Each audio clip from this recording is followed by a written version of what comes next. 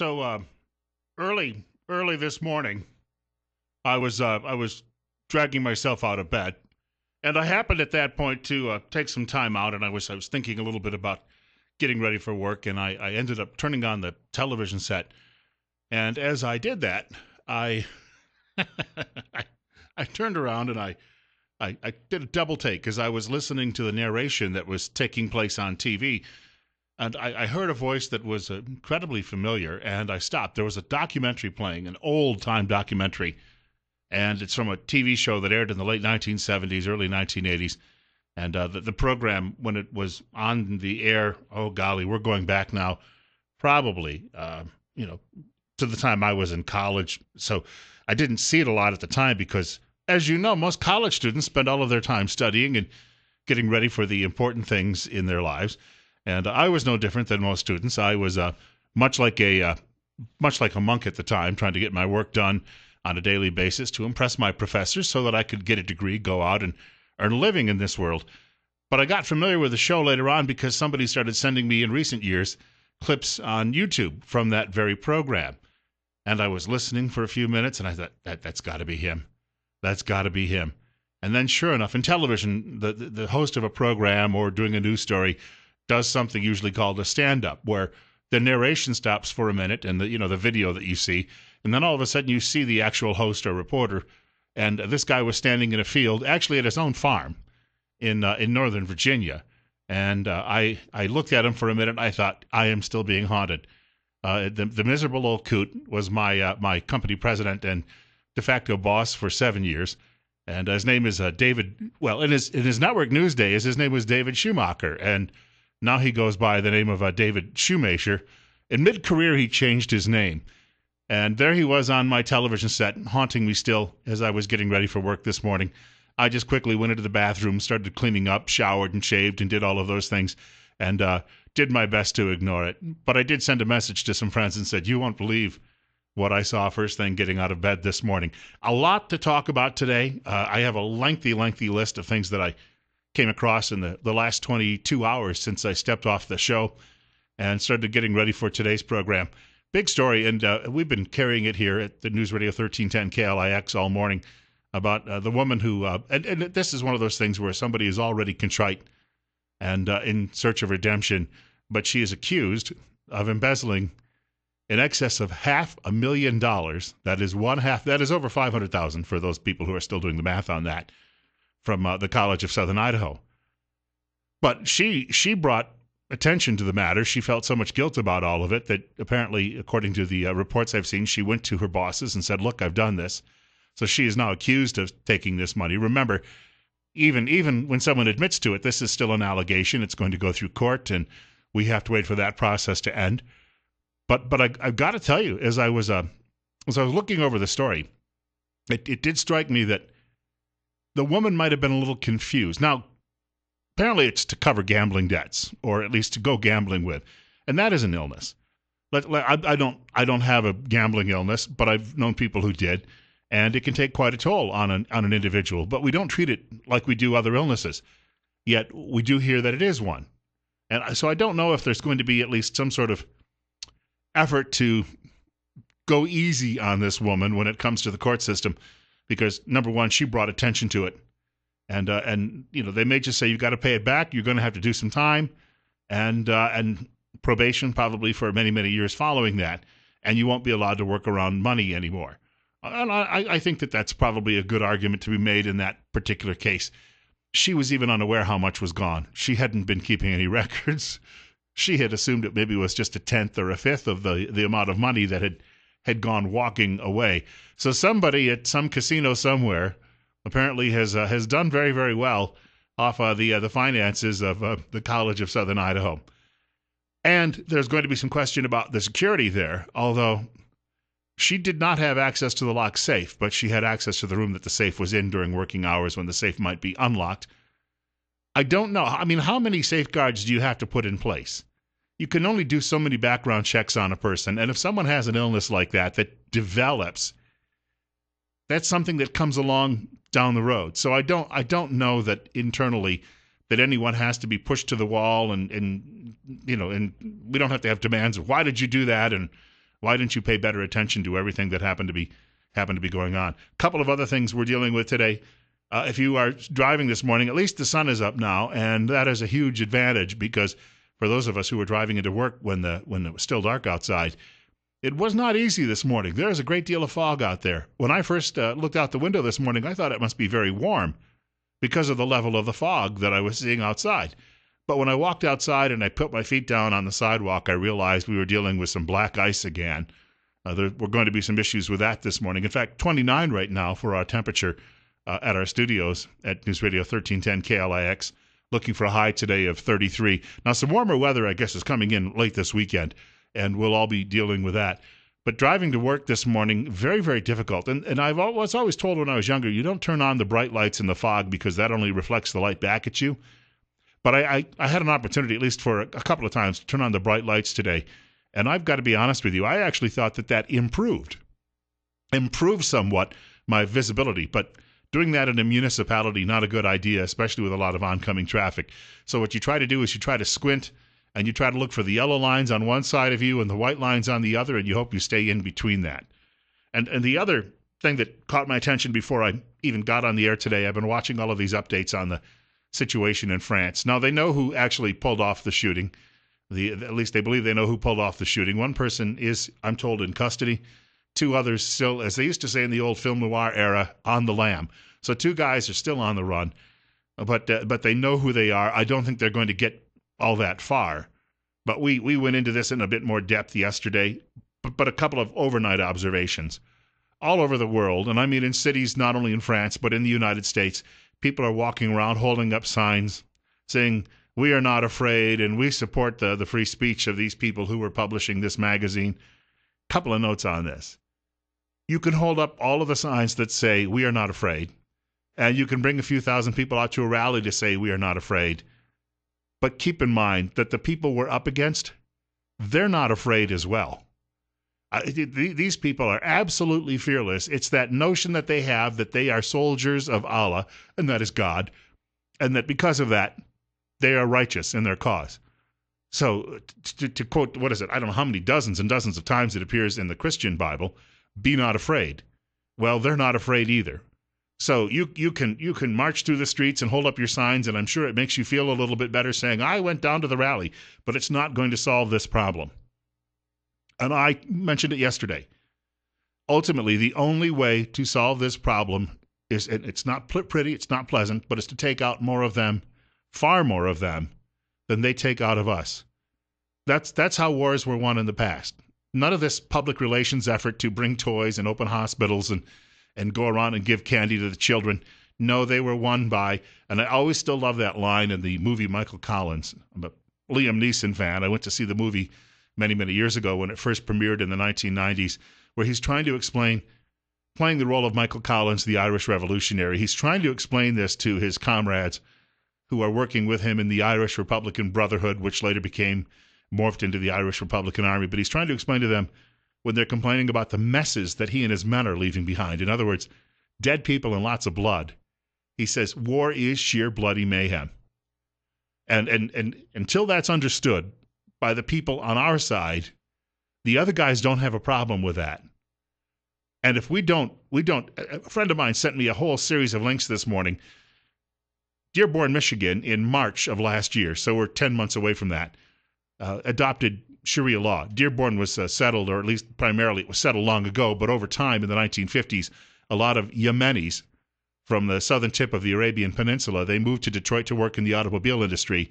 And over the years, even though at the beginning most of them became very Americanized, now they're getting more and more radicalized because, well, the economy doesn't provide the automobile jobs and the great lifestyle, so they've got to blame someone, so they're blaming Western culture. So to some degree, they have adopted at this point of the game, Sharia law. I think that we've got to be very concerned about the direction that's going. Now, to some degree, they cannot go out and chop people's heads off, burn their wives, or stone people to death because somebody decided to have an affair with someone they weren't married to.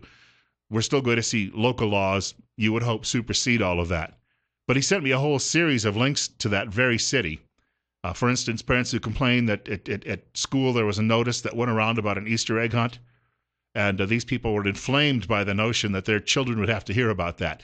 That's the problem with these people, is their religious faith does not stand the test of a challenge. If you have to go out and kill people because of a cartoon, or because of an Easter egg hunt, or because they're not wearing a veil, it's because you know deep down in that your lifestyle, and this is not a faith of intellect. There was a fellow last night, I happened to see him, he was either on Greta Van Susteren or on the Kelly File. I was in and out of the room at the time when it was on television, but he was a fellow who ended up serving jail time. He was an Islamic radical, and while in jail, it suddenly struck him one day, you know what? We're really appealing to all of the violent illiterates around the world, but we're not necessarily appealing to the people who could really bring about some change and a better way to live with the rest of the world. And he's turned the corner. He's gone straight, if you will. A line I heard the first time when I was watching the TV show as a kid, Alias Smith and Jones, where two bank robbers go straight. Every episode, they're always telling someone, we've gone straight. No one believes them. But I think there has to be a lot said about that we need to figure out a way until we can. There's no dialogue at the moment because there's just not enough of them to have a dialogue with. And the other part of this, when I hear complaints from people of that particular background, they'll never say, well, we're terribly sorry about what happened. They have to say, well, we're terribly sorry about what happened, but, however, although, they always have to qualify it because they feel that they're the victims. They are always, they'd make great liberals, wouldn't they? Because they always feel that somehow somebody has harmed them and they've got to somehow even the score. And if they can't do it through government, they'll do it at the end of the barrel of a gun. And at this point, if you think if it's happening in Paris, France, it's certainly going to happen in other places as well. Where I used to live in Binghamton, New York, I was a television news director in the late 1990s in that community. There was a training camp just outside of town, Sharia training camp. And these people have these camps set up all over the country. This is going to be a very serious problem if we don't get a better grasp of it. And I know that we say, well, our current laws will not allow us to really challenge all of this. But maybe the only way to save Western culture is to grab some ocean liners and tell all of these people, if you don't like it, there you go. And if you need a little help, I'll pack for you. In fact, I'll carry you onto the boat and we'll send you away. We've got more on the way. You're listening to Bill Colley this morning on Top Story, 1310 KLIX. I do want to mention, of course, you can reach us, telephone number following the other side of this, at 736-0300. That's 736-0300.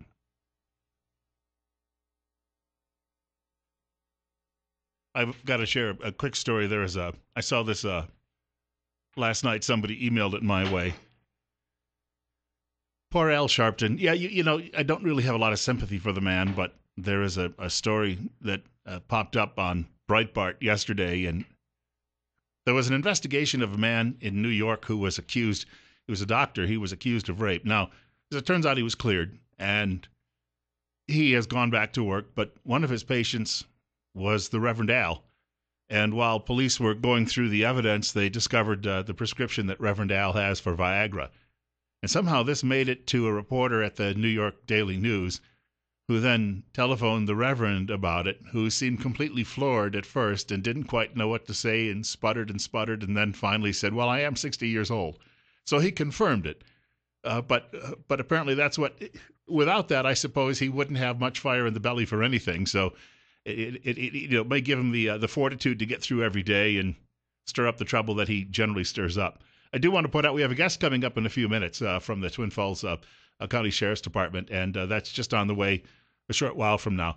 But a couple of things, a little bit of housekeeping business. I was mentioning in the tease, that's that little 25-second thing you hear before the show starts, about a story that came out of North Dakota, and that is they are considering the partial, not whole, I don't know how this works, partial legalization of prostitution.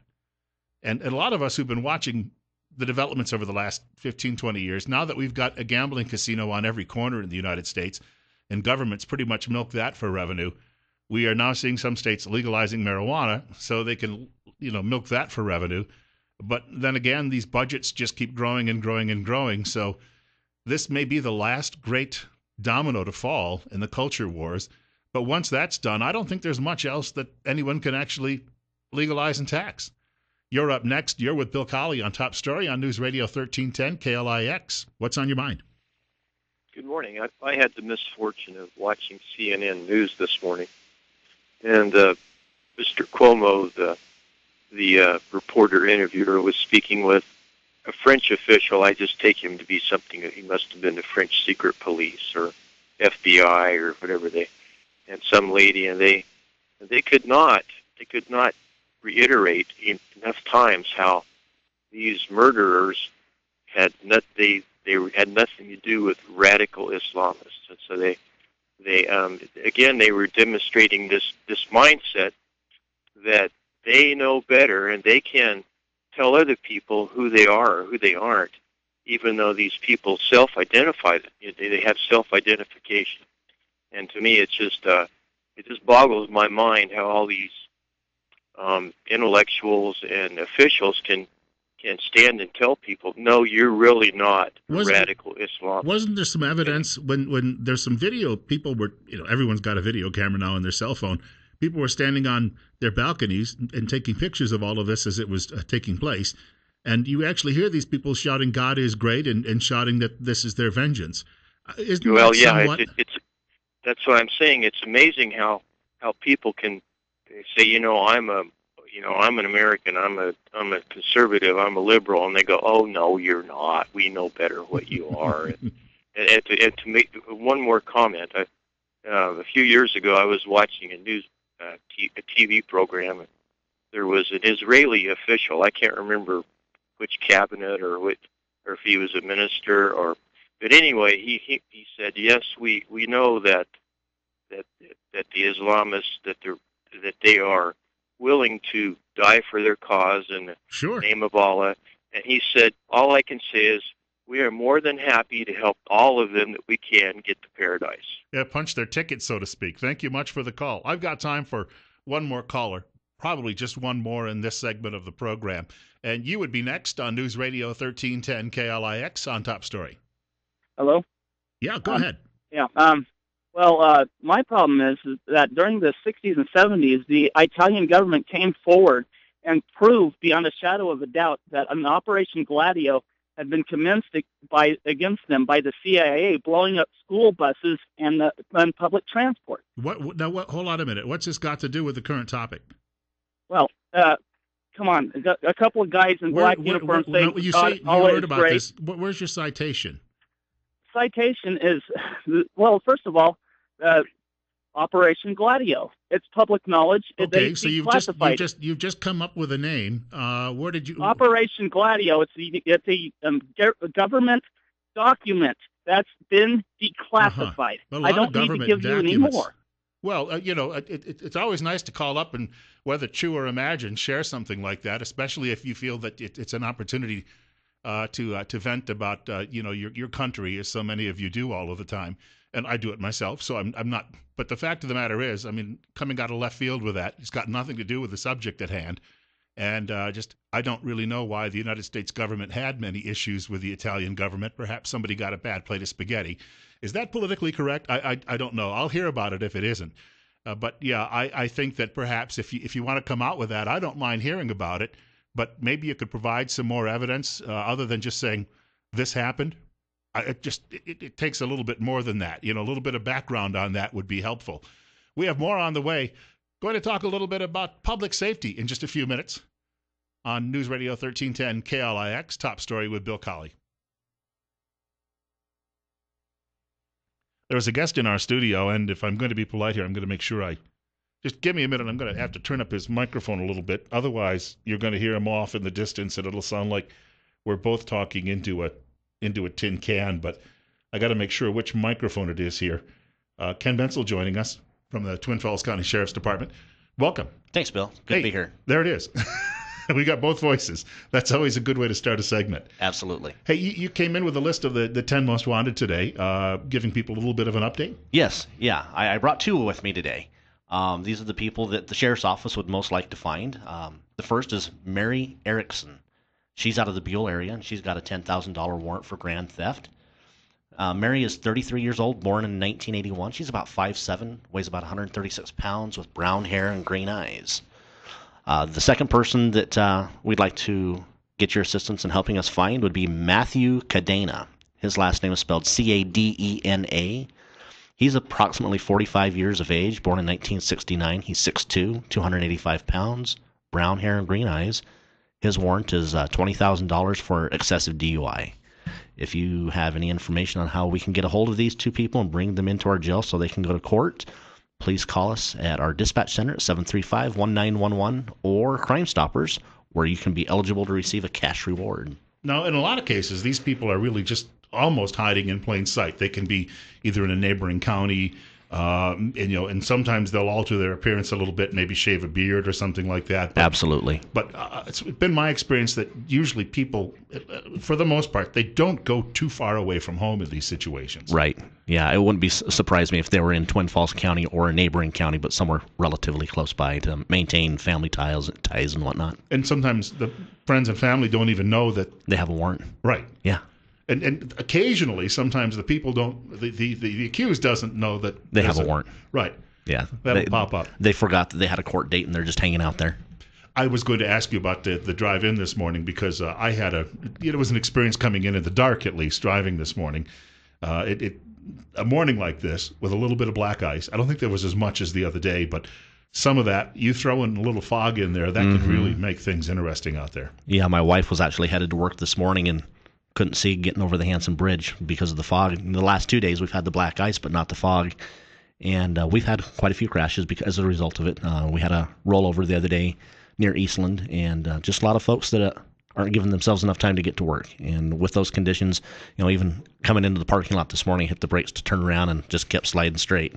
Was glad that there was nobody in the parking lot. But yeah, just give yourself some extra time and some extra room. And you might have four-wheel drive that does well going forward, but everybody has to stop, and whether you have a four-wheel drive or not.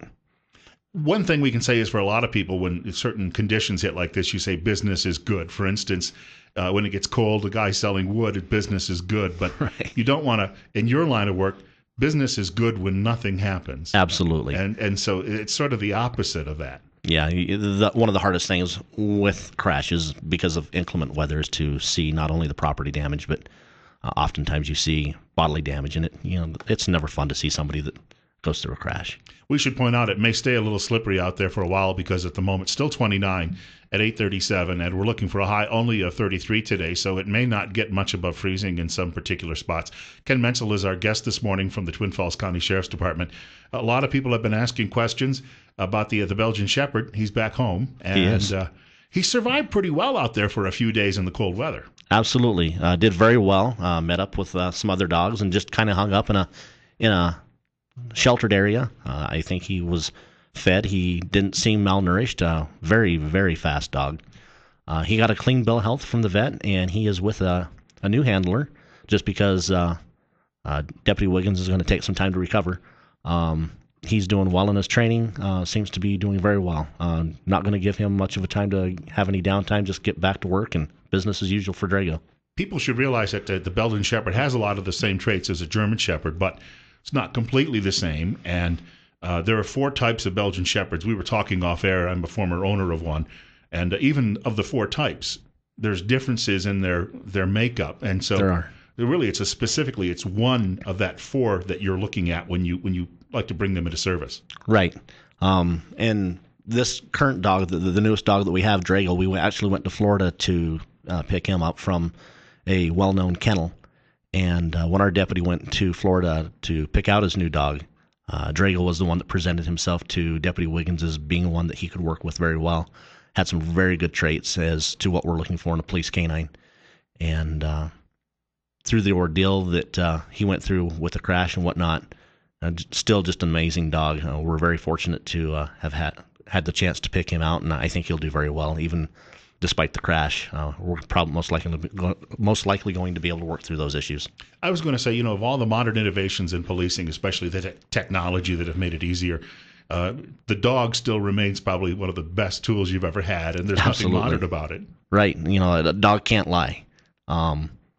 Through the training and experience that we give those dogs, they go through a lot. Just to get certified that first time, there's a lot of training. And then the continued training, just a remarkable tool. Before we wrap up, again, you're looking for a couple of people, a couple of folks. We've got about 30 seconds here. If people know where these folks are, just give the Sheriff's Department a shout. Yep. Give us a shout at 735-1911 at dispatch or Crime Stoppers 735-2307. All right, super. Hope to see you again in a couple of weeks. Thanks, Bill. All right, super. We've got more on the way. Ken Menzel joining us this morning from the Twin Falls County Sheriff's Department. 8:40, 29. Well, no, wait a minute. A big warm-up, 30. You might as well take that jacket off and start dancing around. There is when we talk about our temperatures here, we've got to mention that while we're dealing with some fog and some slippery road conditions, most of the country right now, people are just living in misery. One of my former state representatives from the last place I lived, he was actually a neighbor of mine and a friend, but he was posting on Facebook this morning that he couldn't believe that schools were delayed 2 hours because of cold weather. And I think I checked the temperature and it was 11. When I was a junior in high school, I remember one morning, well, it wasn't terribly windy out, so we weren't dealing with a lot of wind chill. But I remember one time actually walking to school when the temperature was 18 below zero. Now, growing up in a small town where when I was very young, we had 3 traffic lights, but one of them never worked, so they put in a 4-way stop sign, and we ended up with 2. So it wasn't the biggest place. And when you're walking across town to school, I suppose it wasn't much more of a 10 to 15-minute walk. But 18 below zero is still pretty chilly, and nobody delayed school and nobody closed school. He was trying to bring up the point that what we've done is we've become soft. And now I realize that there are children who might have to stand at bus stops. And the concern is a lot of people build those little sheds for their children. The children stand out in the shed just to stay, out of the wind. But the fact of the matter is it really going to be any warmer 2 hours later? And I mentioned that yesterday. Often the coldest temperature is not at dawn, but it's an hour after dawn. So you can delay school for a couple of hours. It doesn't necessarily mean conditions are going to be any better. But I think there's something to be said about that. Yes, we're very, very cautious, and we try to do everything we can to protect our children and insulate them. But is it really such a good idea? Because it can be a very, very harsh world out there. 8:45, you're listening to Top Story on News Radio 1310 KLIX, newsradio1310.com if you're listening online. Bill Colley with you this lovely morning. Also, you can reach our program by giving me a call at 736-0300, 736-0300. Hey, I mentioned this story just ever so briefly. Legalized prostitution. There you go. I almost said prosecution. That is already legal. Legalized prostitution. SayAnythingBlog.com. That's written by a fellow in North Dakota named Rob Port. And Rob Port is a former, actually, he's a Lodge brother, former talk show host, and he was affiliated with Sean Heenan, who is occasionally a backup for Sean Hannity on his program. But a few years ago, he launched this political blog, and he talks about energy issues because that's important in his state. But he also talks about a lot of what used to be called cultural issues. Not that there are all that many of them left that we're actually still discussing. And he's become, over time, more of a libertarian in his views, and he's writing a piece at his blog, which is considered, I guess, even though it's in North Dakota, he's in Bismarck, I think it is considered one of the 100 most influential blogs in America. Somebody's keeping track of that. I know. Doesn't that seem... There's an office somewhere, and a guy sitting in a corner office, and his job is to track the most influential blogs in America. All right, we know that. But he's saying that in an effort to try and define human trafficking, which used to mean just prostitution, that legislators in states all over the country are doing all sorts of backflips to get on board so they can say that they are opposed to human trafficking. Well, who wouldn't be opposed to something you would label that way? But in many cases, he said, it is traditional prostitution. He said the laws have been now written in his state to the point where they're actually legalizing a great deal of prostitution. If this actually gets passed and signed by the governor of that state, they will legalize a great deal of prostitution. And he goes on to say, big deal. He said, who's getting hurt if it's an adult woman and it's her own choice? And he says, if you legalize it and you take all of the criminals out of the background, she can run her business on her own. Now, I don't know if it would actually happen that way. There are organized crime people who would come in probably and still want to try to take a cut of it. But you know what's going on here. Taxation. And every government around the country, every state government around the country, and in the next couple of weeks when you watch C-SPAN, you'll get to see all of your governors. You'll get to see Governor Otter in the next couple of weeks. What they'll do is his State of the State address on Monday will be taped. He's going to join us a few days after that. He's not available because of some meetings the following day, but he's going to join us a bit later, most likely next week, to talk about his goals, outline his goals for the coming year, legislative session and the like. But C-SPAN picks all of these up, and they show them tape delay, but you'll get to see generally all 50 states over the course of a few weeks on that particular TV channel. Most of these governors are going to be talking about their revenue challenges. They are challenged just about everywhere by pension benefits, promises that they made that aren't necessarily being kept. They've got to deal with all of that. And they have these rising costs for that health care insurance for a lot of these retirees, plus the rising cost for current state workers. Plus, as we know, they need a lot of money pumped into the roads, we're being told. And I think some people out there told us yesterday it's probably a good idea. How do you meet all of these expenses when people still object to paying higher and higher taxes? Because we all feel squeezed at some point. So they say, well, Colorado legalized dope. Washington legalized dope. Look at the revenue stream. And all right, the casinos, they brought in some money for a while, but that's pretty well tapped out. So now what is left? Well, it's prostitution. So all of a sudden there will be government-sanctioned cat houses, as there are already in Nevada. And what they'll do is they'll take some money out of that. The government will get its cut. The sad thing is, you saw it with gambling. When states adopted lotteries, they would have these commercials where a guy would come out and say, hey, all I needed was $1 and a dream, and he's standing on a yacht, as if he could afford a yacht after the government took its chunk of the revenue out of that. And remember, lottery payments are generally annuities, and if you take the lump sum, you're going to get much smaller than what was posted on the side. And so it's ridiculous to think that somebody is buying a baseball team or buying all of these yachts after they win lotteries. That generally doesn't happen. But they had to promote it. They had to go out and they had to promote it. They had to say, hey, come play the lottery, because if you didn't, they wouldn't get the revenue. And now you see, in fact, a minister once told me he was driving down the highway one time. He saw a sign on the highway promoting a casino at the next exit. And he said, not 2 miles down the road, there was a sign, and that sign was promoting, get this, help for gambling addicts. All right, so then they had to take the money they got out of their cut of the casinos and put the money back into treating people for gambling addictions. And when we get to prostitution, will there actually be commercials like there were for the lottery? Hey, guys, single? Alone this weekend? Hey, have we got a deal for you? For only $99 all night long. Are we headed that way? 736-0300, top story. We've got a caller with us in just a moment. News Radio 1310 KLIX and newsradio1310.com. You're on the air with Bill Colley, and what's on your mind? Well, as for the legalization of marijuana, it was legalized for a very long time in the United States up until recently, and then all it did was lead to bloodshed, just like the alcohol issue. 1937, in fact, when it was William Randolph Hearst who actually campaigned against it. It was called hemp, of course, then. He used the more exotic-sounding marijuana. Because he was trying to corner the market on paper. Hemp is good, and there's nothing wrong with legalized marijuana. There's nothing wrong with hemp. Yeah. It's the problem with today's marijuana is so potent, if you're going to be smoking the buds, you're going to do some long-term damage. It's potent because you made it illegal. They upped the game on it so that they could sell more. So if it was legal, we'd have like light beer from Miller. We'd have a light marijuana, is what you're telling me. Oh, please don't give your pathetic little arguments.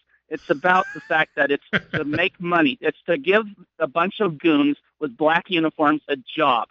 Well, it certainly is giving a lot of people jobs, but I think that not everybody shares your opinion out there. I think most Americans don't smoke dope. Still don't smoke dope, but most actually, I think you might have 50%, at least those who went to college. I thank you for the call, who actually do. Look, I agree with them. We already have legalized tobacco and alcohol, and if you want to sit around at night in your home and you're not bothering anyone else, and you want to pound nails into your skull, go right ahead. I'm not going to get in your way. If you want to sit around at night and slice open your arms, cutting yourself, I think it's terrible. But you know what? You're an adult. I guess you can do that too. If you want to go out to the canyon and you want to jump off without a parachute and see how far you can fly, I guess go right ahead. Who's getting in your way? But on the other hand, I think in the long run it might be harmful. Alcohol is harmful. Nicotine, tobacco is harmful. So, why do we keep getting these arguments? If you want to, what the guy is saying, and a lot of these people are saying is, I want to smoke more dope and I don't want to get arrested, so we need to legalize it. Fine, all right. But for the most part, most people who are smoking it aren't getting arrested, and most of them are doing it quietly in the privacy of their homes. But as we know in Colorado, when they get behind the wheel of a car, you're not only adding to the fact, people are already driving stoned. I'm well aware of that. But now, when the government says it eases back, it's funny how this works. There's a liberal columnist named Ruth Marcus from the Washington Post, and she's been on a campaign the last few months against this legalization, even though she admits she was a marijuana smoker for many years, because she said once you drop that prohibition, you essentially say, hey, go right ahead. And a lot, not everybody, but there are people out there who go a little overboard. And I don't want to be on the road with you. You're next on the show. And in fact, I want to mention right now, 30 degrees at 8:53, and you're on News Radio 1310 KLIX, and what's up with you? Hey, good morning. Look at Colorado. Their marijuana. The kids are getting their pop. They're getting, they're overdosing on it. Excuse me. So it's not this great a thing that these liberals are talking about. The liberals want to get rid of cigarettes, but then they tell you, on the other hand, go ahead and smoke all the dope you want. Right. Thanks. Hey, thank you much for the telephone call. As a reformed cigarette smoker, I will attest that it wasn't really good for me. I did it for about 14 years, and then one day I just suddenly said I don't want to do this anymore, and I stopped sometime back in the 1990s, never went back to it. And it's a horrible thing. On the other hand, it is legal, and hey, again, if we want to take the complete libertarian argument, if you want to go home and start playing Russian roulette in your living room and no one else is around and gets hurt, go to it. It'll be, if we actually somehow improve the gene pool that way, might not be such a bad thing. And we have another caller joining us. 8:55 now on News Radio 1310 KLIX, and you're up next. Hello? Hello. I was listening to the radio. I wasn't listening to you. All right, go ahead. They did a study, and they found that marijuana does harm the brain and harm your body. There is no such thing as medical marijuana, and there's too many DUIs on the road now. Yeah. That's all I have to say. Thank you. I thank you very much for the telephone call. I don't really have an issue with it if someone's not bothering anybody else. The problem is that sometimes people let their guard down, they go to a party or whatever, and then they smoke it all up, and then they got to drive home, or they think they've got to drive home, and it's the same. It's no different than with alcohol in that sense. We have another caller joining us. You're on 1310 KLIX, also newsradio1310.com online. What's up with you? Yeah, good morning, Bill. As far as doing the study on marijuana, they did the study on alcohol too, but I don't care about that. What I'm getting at is you were talking about legalizing prostitution. Sure.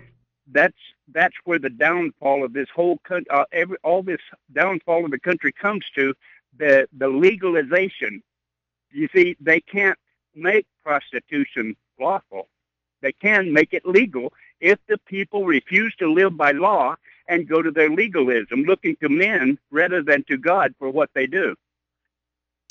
Well, as a weekly churchgoer, and sometimes much more frequently than that, I do try to do that in my own personal life, but I do admit it's a little difficult to try to.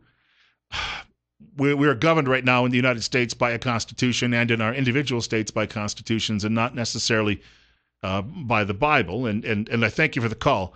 I understand where he's coming from. Prostitution, from a personal standpoint, let's take government out of this for a minute. From a personal standpoint, we are headed down the road towards Sodom and Gomorrah. If you think about all of the sins that were going on in those communities, well, we're pretty well, we long ago crossed that river. And ultimately, when we get this far culturally, the question is, can we come back? And has anybody ever really stopped and thought about what the ultimate consequences of this? For all of those old 1960s hippies who now run the country in government, in Washington and in many state capitals and in academia and running corporate boardrooms and running the entertainment industry, have any of them actually really ever considered, the long term? There was no time to study their cultural revolution and what the ultimate impact would be. And unfortunately, if it turns out that it destroys the country, then what? Are they just going to sit back and say, sorry? Actually, they'll say, sorry. Be more like that. One more hour ahead. Bill Colley with you on News Radio 1310 KLIX and Top Story, and also newsradio1310.com. And a lot to talk about. I have a list this morning that is, well, since our caller mentioned, of course, getting right with God, a couple of stories that I came across. Wall Street Journal had a very popular story this week, says science is proving that there, yes, indeed, is intelligent design in the universe. Who knew? All of that coming up.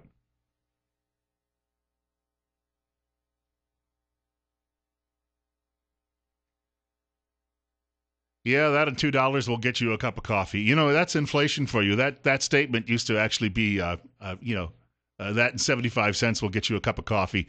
I stopped in a restaurant the other day, and I had an iced tea with my dinner, and the iced tea cost a quarter of what my dinner did. So we're all dealing with a lot of that. Have a very special guest in studio with us this morning.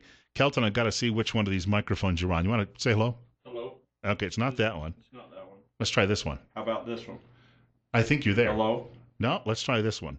We're going to keep doing this until one works. That's fine. Oh, there you are. There I am. Okay. Kelton Hatch joining us this morning.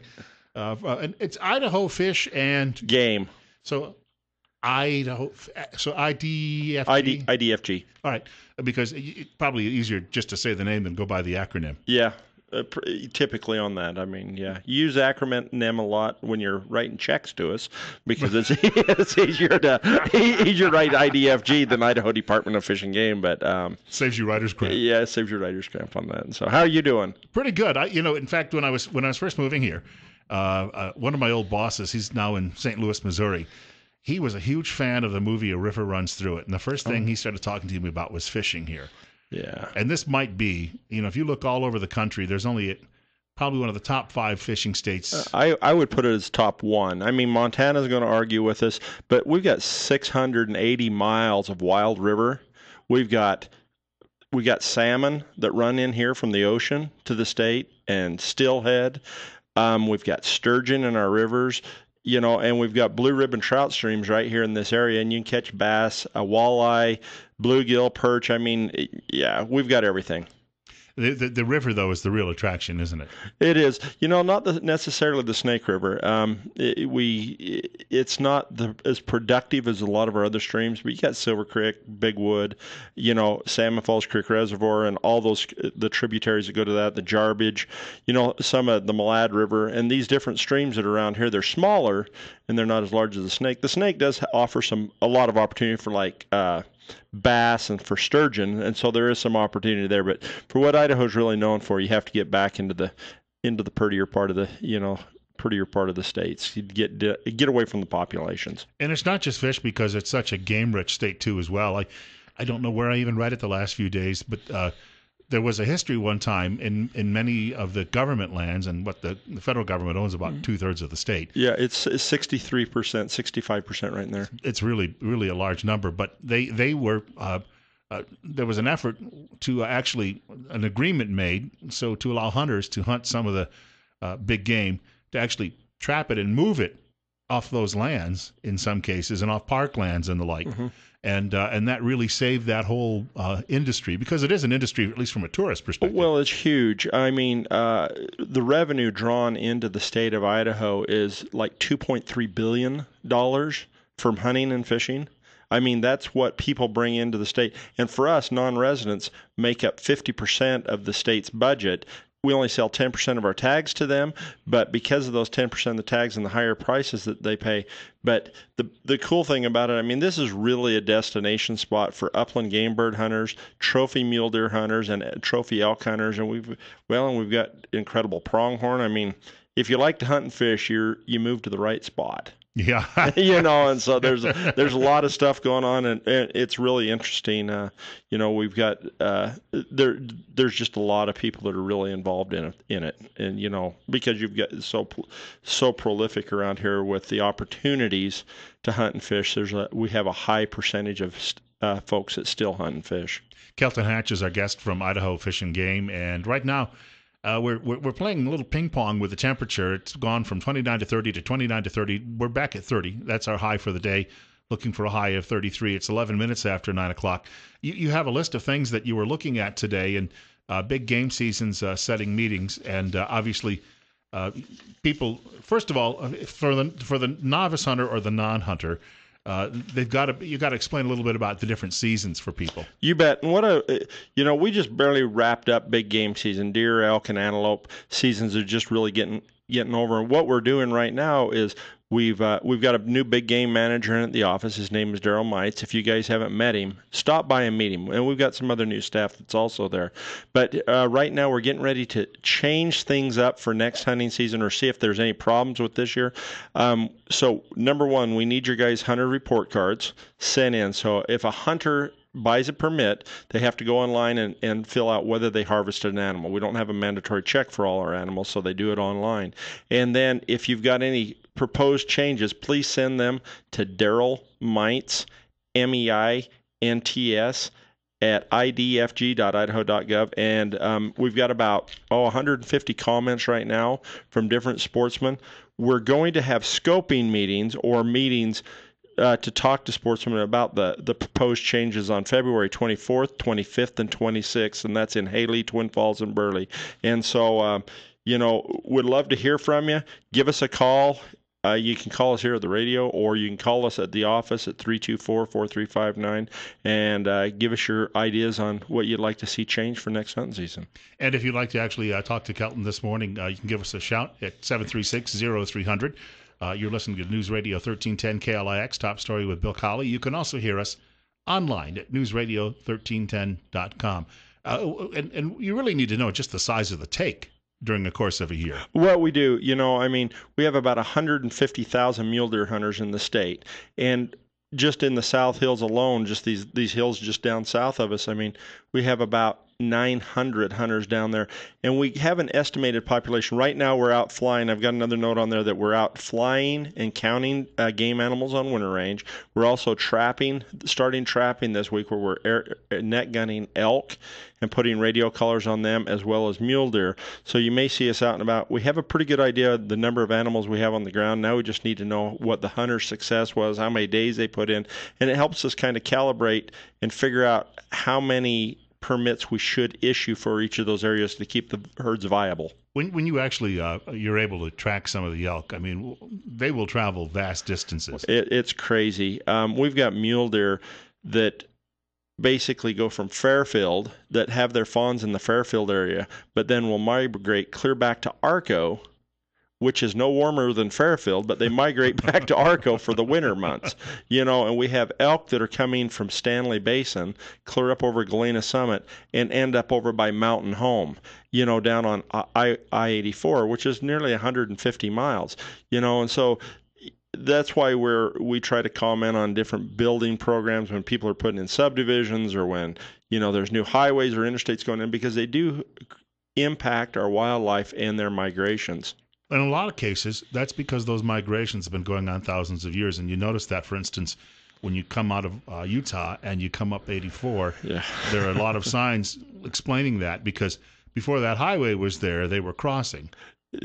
And when that highway was first established, about 5,000 deer died on the shoulder of it, because they had put fences on it, and it cut down a major migration route out of the Burley area down into northern Utah. Those deer would migrate that direction, then come back and forth. And those herds have struggled ever since that interstate was put in. And they've reestablished some other migrational routes, but we've got a big study going on right now, going over Sweetser Summit down there, where we've got road cameras monitoring heavy trafficked areas, and we're actually trying to work with the Highway Department on possibly fencing or getting underpasses and things like that for that area to help preserve those mule deer populations, as well as keep people safe. Yeah, I know driving through Nebraska a couple of weeks ago, I was coming down Route 80 heading west, and in a span of about a mile and a half, I saw 4 carcasses. So again, that's one of those areas where it's been a traditional migration area, you bet. And that's what those radio collars help us do. It helps us be able to monitor where they're moving to, and we do it on sage and sharp-tailed grouse. We do it on elk and deer, and pretty much about every critter out there, so that we can kind of figure out where they're moving to. Now, we should point out that what you do and the effort that goes into this every year into such a large department is one of those things that costs do increase. And so it does. We've got a budget that will be crafted in Boise this year. Mm-hmm. It's got to take into account some of those changes. I know the public would like things to get cheaper, but that's not the way it works. So there may be some changes coming. Well, and I appreciate you bringing me into that, because what we've got going on is we're looking for a price lock fee increase. And I hate the word fee increase, but it is. That's what it is. We haven't had a fee increase for hunting and fishing licenses for Idaho residents for the past 10 years. And costs have gone up about 22%. And for fish feed alone has gone up 174%. So we've reduced production on fish by almost 18%.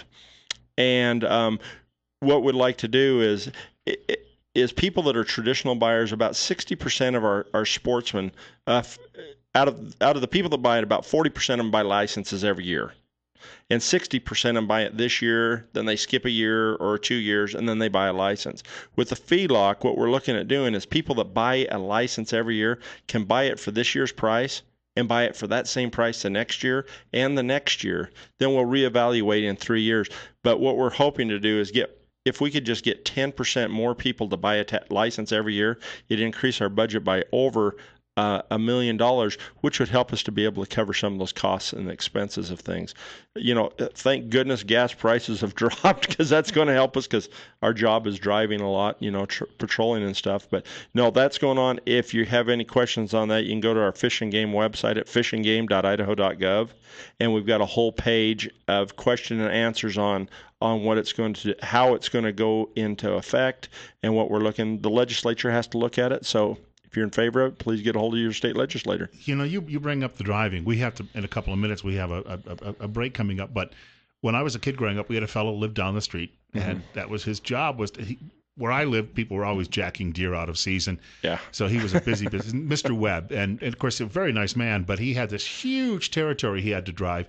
But he had like a sixth sense. He knew where things were going on, because he would just show up in these places and he'd usually get the arrest. Is there a lot of it just comes down to the public notifying someone that something's that's huge. Yeah, I'm chuckling over it, because I never heard of jacking animals out of the great terminology.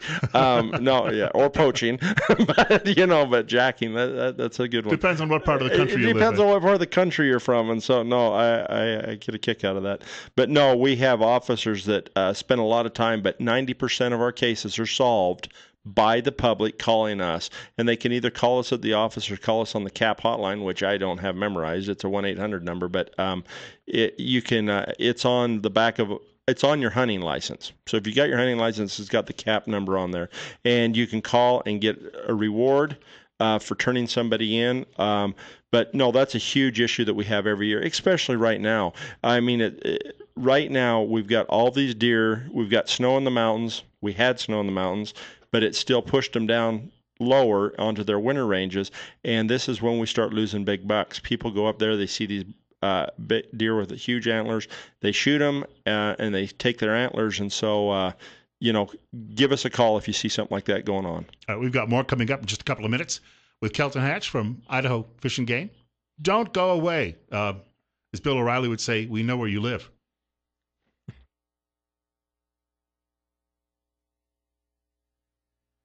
We can talk about ice fishing too. What's coming up? I says we can also talk about ice fishing if we. All right, we're going to talk about ice fishing in just a couple of minutes with Kelton Hatch for Idaho Fish and Game. News Radio 1310 KLIX, newsradio1310.com. Also, you can reach us at 736-0300. Couple of notes I wanted to pass along about some of our fine sponsors and some of their fine products here at News Radio 1310 KLIX. Stanley and Company introducing the new Lowen Honey Loader. It's capable of loading all types of manure, anywhere from liquid to frozen and dry. This time of year, that's kind of you don't know what, well, there's an old line crapshoot, but I guess that's a little too close to what we're talking about, isn't it? You just don't know what it's going to be when you get up in the morning.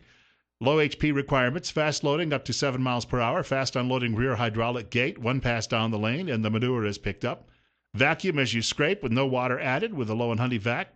Reduced odor, lower labor costs. Scrape once a day, loads thick manure. Where they have a large inventory of Lowen parts in stock, on-site service, you can call Tanner or Kelly, Today, it's Stanley and Company, and let me give you that telephone number a couple of times, 324-3341. That's 324, and do want to mention 3341. Also, a couple of other points, too.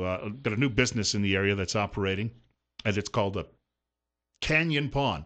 Give me a minute there to swallow. I needed a drink of water, and my cup is about 6 feet behind me instead of a couple feet behind me.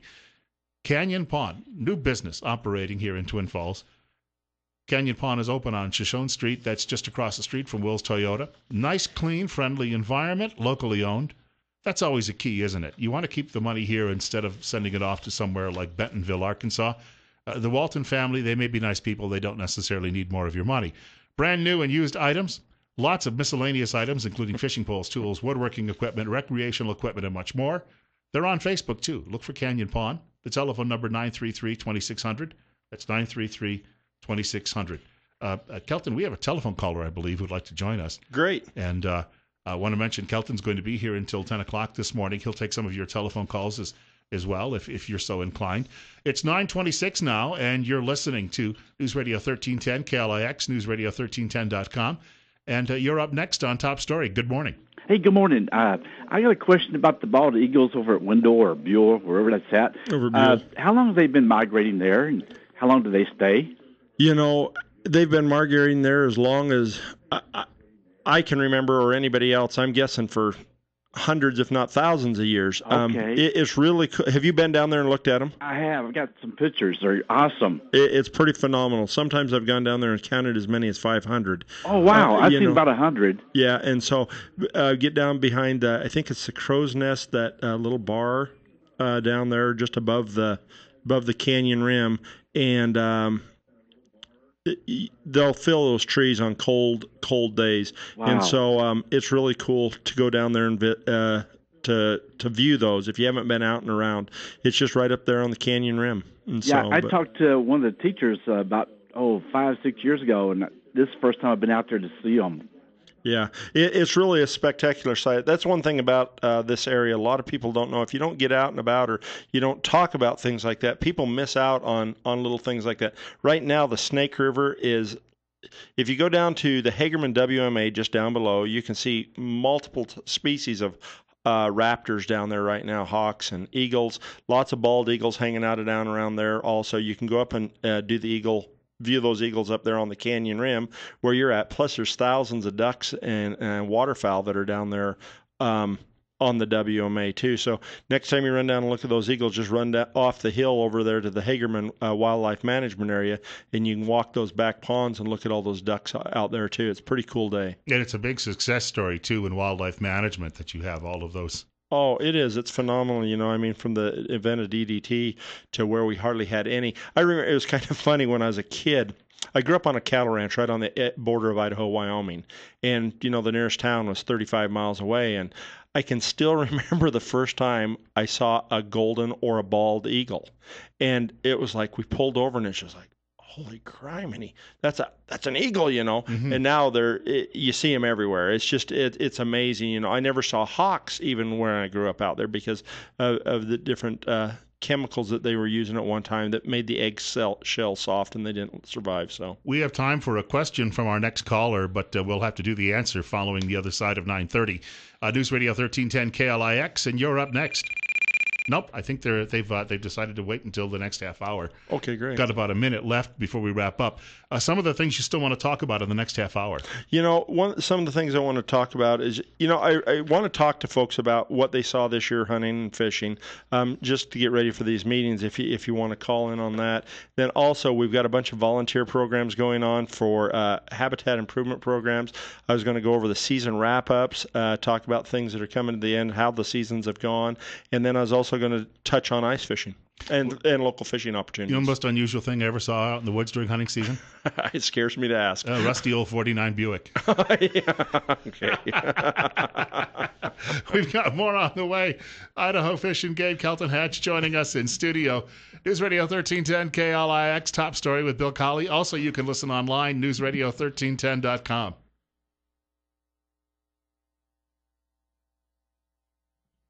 Our guest in the studio this hour on Top Story on News Radio 1310 KLIX and newsradio1310.com is Kelton Hatch with Idaho Fish and Game. And actually, you were asking folks if they had, they could help you out with some numbers here to even give you a shout on the radio this morning about what they saw during the course of the season, or things that they'd like to see change for this upcoming season. Because right now with us being in the scoping, things are going to change. Typically at our big game meetings, where we've done it before, is we have a scoping meeting or just an open house where people come in and talk to different folks from the department about. I may be covering the elk station or talking about mule deer or something like that. This year, we're actually going to have a presentation, and people are going to ask questions during that. But the things that we're going to change, how we're going to scope the things that we're talking about changing is we as a department know where the population numbers are setting. What we're looking for the sportsmen is how to achieve the numbers that we need to have out there. And so if there's any tweaks or changes in hunting seasons you'd like to see, things you're not happy with that you'd like to see changed, give me a shout, and we can definitely put that in our scoping program. And we have a caller with us now. In fact, I should point out, if you'd like to reach Kelton during the course of this hour, you can give us a call at 736-0300. And our next caller is waiting patiently for us on News Radio 1310 KLIX, and you're on the air. Good morning. Welcome to Magic Valley, Bill. Hi, Kelton. Scott here. Oh, hi. How you doing? Good. I got a question for you. Maybe you can elaborate on the deal. I heard just a tidbit about a controlled moose hunt in the South Hills area. Could you talk about the numbers and number of permits and some of that? Yes. What we're proposing is to have 2 permits down on the South Hills in Unit 54. The numbers in... The tough part about this, to have a solid number on that area, is just being able to. We haven't been able to fly it as yet. We have a lot of anecdotal information, a lot of stuff coming in from other sportsmen. In one given day, I actually looked at 7 different bull moose myself down there. And that was over just a small portion of it. We feel like we have a very strong, sustained population. We've had moose showing up in Kimberly. We've had moose at the Twin Falls Airport. We've had moose in Burley, several moose in Burley. And then we've also had them down at the bull moose that have been frequenting Twin Falls. And so, we feel like there's a harvestable surplus up there for sportsmen to be able to participate in, where it won't impact the overall population. Thank you very much. You bet. Thank you. First time I ever saw a moose. I got to go back about 14 years. I had just taken a job in Vermont. I'd been working there a couple of months, and Memorial Day weekend, my mother, my sister, and my niece came in to visit, and I was explaining to them, you won't see any moose in this part of Vermont. And so they went home after the weekend, and that Tuesday night I was driving home from work, and about 3 miles from the house, sure enough, there's one standing on an embankment looking at me as I'm coming down the road. He heard you He heard you. Yeah, a little radar went up, and there he was. Yeah. And then I drove into the diner down the street, and I mentioned it, and a woman said, "A moose here?" Yeah. So apparently, I hadn't been steered wrong, but this guy just decided to wander off the reservation. Well, and they do. This is an expanding population. I mean, 20 years ago, it was no such thing as moose over in the Magic Valley, but we've had them moving in slowly from southeastern Idaho, and we started a hunt just a few years ago over in Unit 55, which is north of Burley, and now we've got a surplus population of them in 54, and it's nice to see the moose population increasing. It's not nice for people to run into them with vehicles. No. That's the tough part. When you're driving down the road and all of a sudden a big black critter steps out in front of your car, and it leaves one of my best friends was driving a little fast on a backcountry road back home, and he had a cow moose sitting in the front seat with him. And fortunately, it was on the passenger side, and she got out of the car and walked off. It didn't even hurt her. It didn't break any legs or anything. Smaller car, so they're fun to live with. Got about a minute for our next caller to get a question out. We'll try to get an answer. It might be a little complex in the next segment of the program as well. But you're up next. You're on 1310 KLIX and NewsRadio1310.com. Thank you. My question pertained to the sage grouse listing, and more specifically with the passage of the latest spending bill in Congress.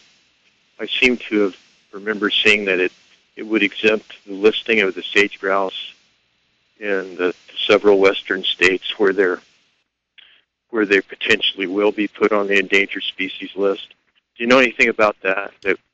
Kelton, maybe you want to hold on to that one because we have a break coming up here in just a moment, but we can get back to that immediately out of that. You bet. I'll go over that right when we come back from the break. And again, what I know, I don't know everything, but I've got some pretty good handle on it. Again, for people who are tuning in today too, if they don't reach you on the air, they can reach you afterward. You bet. 324-4359.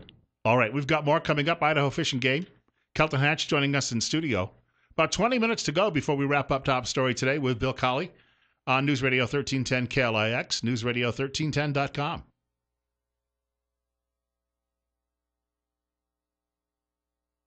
So we had a caller in the last segment of the program, and we'll get back to that question the caller had just a few minutes ago. You're listening to News Radio 1310 KLIX, newsradio1310.com, Top Story with Bill Colley. And Kelton Hatch is with us from Idaho Fish and Game in the studio until 10 o'clock this morning, or thereabouts, as we have, of course, Mike Huckabee coming up in just a few minutes.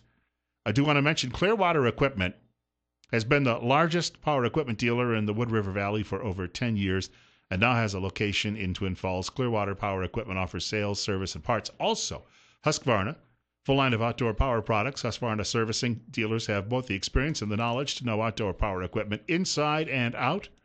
They have Husqvarna factory-trained technicians. And Echo, best warranty in the industry with a 5-year residential and 2-year commercial warranty. Echo has been a leading innovator and manufacturer of outdoor power equipment for over 40 years. Echo handheld equipment, easy starting, long-lasting, and user-friendly, as well as factory-trained technicians. So you can learn more at 252 Washington Street, and the number is 734-7767. That's 734-7767. So our caller in the last segment of the program had an interesting question, and we're talking birds in this situation. Sage grouse, you bet. And so, he was talking about a bill that had been passed, and I don't know the specifics on the bill, but I'll give you some background on what's going on with sage grouse. Right now, just about every study we have going on, not every study, but we've got a lot of sage grouse work going on right now. We're really concerned about the listing of the sage grouse. Last year, we actually had an increase in overall numbers of sage grouse out here.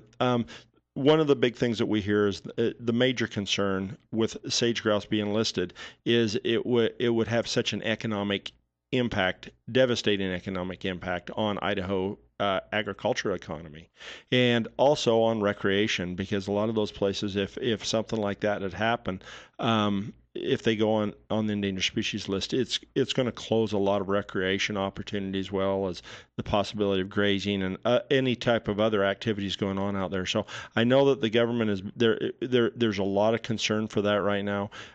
We've got 3 or 4 tracking programs going on right now on nesting habitat, nesting survival, and things like that. And so I think we'll still have a season for them this year. We're looking at changing even our hunting seasons and things like that on them.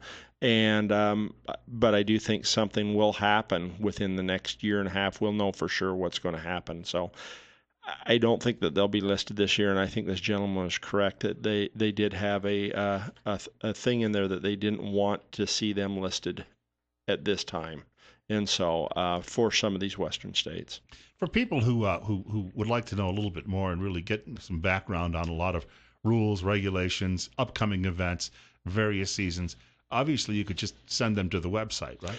You bet. We've got an info question place on the website, and you can send that in, and the people that get those questions will send them to the proper folks that know everything about that, and get that information out. Or you can call us at the regional office, and I can give you some numbers, or somebody else there, some of our front office staff can get you to the right people to help get those answered. That's our biggest issue right now, is just getting information out to the general public. We want people to know what's going on and what their opportunities are for the next year, and what's going on with wildlife in the area. We've got Reverend Governor Mike Huckabee coming up in just a couple of minutes, but in the meantime, we'll take a call, and we may be able to get back to this caller's question, too, if it's a lengthy answer following Governor Huckabee. You're on the air on 1310 KLIX. Good morning. Good morning. I was wondering if there's any plan for stocking Opie Reservoir with trout.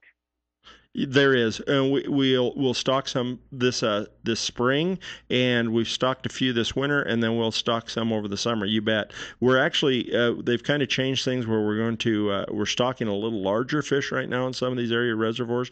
We're trying to reduce the number of fish because what we're finding out is we're having fewer of the small fish return to krill, meaning anglers aren't catching as many of them as we like, and we're finding out if we raise these fish a little bit bigger. So if you see less numbers of fish being dumped into a pond, don't be worried because they're bigger, and so there's more highly likelihood that you're going to catch them. And yes, we will be dumping some more fish in Oakley. I think I don't know, 2 or 3 years back, whenever it was, you planted a bunch of kamloops in there, and they turned out to be big, beautiful fish. I would like to see that again. I don't know what the chances are. Another thing that I would like is I'd like to see the ice fishing put off for a year and have that a 2-fish limit in that reservoir because it just gets fished out right away. I'm going to write that down because I think, right now we're looking at our next 5-year plan for fishing regulations. We've actually been really looking closely at doing things like this, possibly even going back to an opening day, so it's not a year round. And so, there's a lot of opportunity. If anybody else has any questions or comments they'd like to make on fishing, call Doug McGargle at the Fish and Game office at 324-4359 or Scott Stanton. I'm going to write these down so I don't forget them, but I think those are good comments. I want to thank him for the call, and we have Governor Huckabee coming up in just a moment. The Huckabee Report brought to you exclusively by the financial advisors at Waddell & Reed in Twin Falls. You can reach them at 736-6563. That's 736-6563. And we've got more coming up in just a few minutes. In fact, more discussion on some of these topics. Maybe we'll get a couple of minutes to talk about the need for planters. You bet. All right. That's ahead.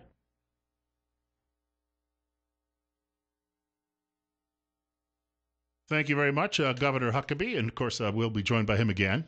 I expect him to join us about the same time tomorrow, right here. Tomorrow, Friday already, as this week goes racing by. Bill Colley with you on Top Story on 1310 KLIX, News Radio 1310.com. And Kelton Hatch is our guest in this hour of the program from Idaho Fish and Game. I do want to mention, of course, we've been bringing this up the last couple of days about those people who are doing some intense farming, and sometimes you need to get up in the sky and take a look at what you're working with, especially soil and the like down below. Infrared Baron believes that a comprehensive imaging service should start with low-cost, high-frequency flights. Managers and consultants meet regularly with the experienced staff to review the recent photos and devise solutions for optimizing yield at every growth stage of the crop. And, of course, flexible solutions for your farm needs, Farm More of Idaho, 324-3341. That's 324-3341. And again, the American farmer has been probably the greatest success story in history with what the American farmer has been able to produce with yield compared to where it was just 100 years ago. About 5 minutes to go before we wrap up the program today. And Kelton, a couple of things you did want to touch on before we said goodbye. The big things that I'd like to hit is, number one, is we are getting ready for our spring planting. Had a lot of fires in the area, and so what we do is we gather volunteers from different organizations and groups to go out and plant bitterbrush and seeds and different plants. We're starting to get those folks lined up. So if you're interested in getting your group or you just want to show up individually, give us a call. You can talk to Tanner Ray Alberti. She's our volunteer coordinator, and she's at 324-4359. And then I was just going to touch on hunting season wrap-up. It's been an incredible year. Yeah, I know you haven't been here for very long, but the waterfowl has been great. Mule deer, elk, some of the biggest animals we've ever harvested this year. Lots of good antler growth and things like that. All our deer season and elk season pretty well wrapped up now, but we've got waterfowl season going until January 23rd, and most of our upland game birds that are still open. Pheasants closed at the end of last month, but we've still got huns and chuckers and quail season's going on, and I actually get a head off for the next 2 days and go chase chuckers out in the desert. So I'm pretty excited. You mentioned the waterfowl. I have duck hunting seems to be still a specialty for a lot of people. I have friends who gave up deer hunting years ago, and they gave up turkey hunting years ago. But when it comes to duck hunting, this is like a very specialized. You have to have a lot of specialized gear, but they love it. Oh, it is, and this is a hub for waterfowl hunters right now. I mean, some of the boys from Duck Dynasty, they show up down here, and they're looking at. I don't know whether they purchase property, but I know that they've been looking and they hunt down here for years. We have people come in from all over the country to hunt right down here in the Hagerman Valley, and so yeah, that's one thing I found out about hunters. We're all kind of like gearheads. If there's a new piece of gear out there to make it a little bit easier or funner or give us a little bit of advantage, and there's a lot of the mother of invention is necessity, and people feel a lot of necessity for hunting gear because my wife just doesn't quite understand why I need this new shotgun every year. And so I says, it's new, it's different, it shoots different, it doesn't kick as hard, it patterns better, babe. But I had a school teacher, and I was in his room after class one day, and he got his tax return back, and his wife was talking about what they needed around the home, and he looked at it and he just simply said, "We're going to buy guns." Yes. I'm right with him. Kelton Hatch, we'll see you again in a couple of weeks. Hey, sounds good, sir. All right, super. Joining us from Idaho Fish and Game this morning. News is coming up next from the Fox Radio Network. Also, Rush Limbaugh for the next 3 hours right here on News Radio 1310 KLIX. NewsRadio1310.com if you're listening out of town online. And we'll tee it up and do it all over again. God willing, and the creek don't rise tomorrow morning, 8 o'clock right here.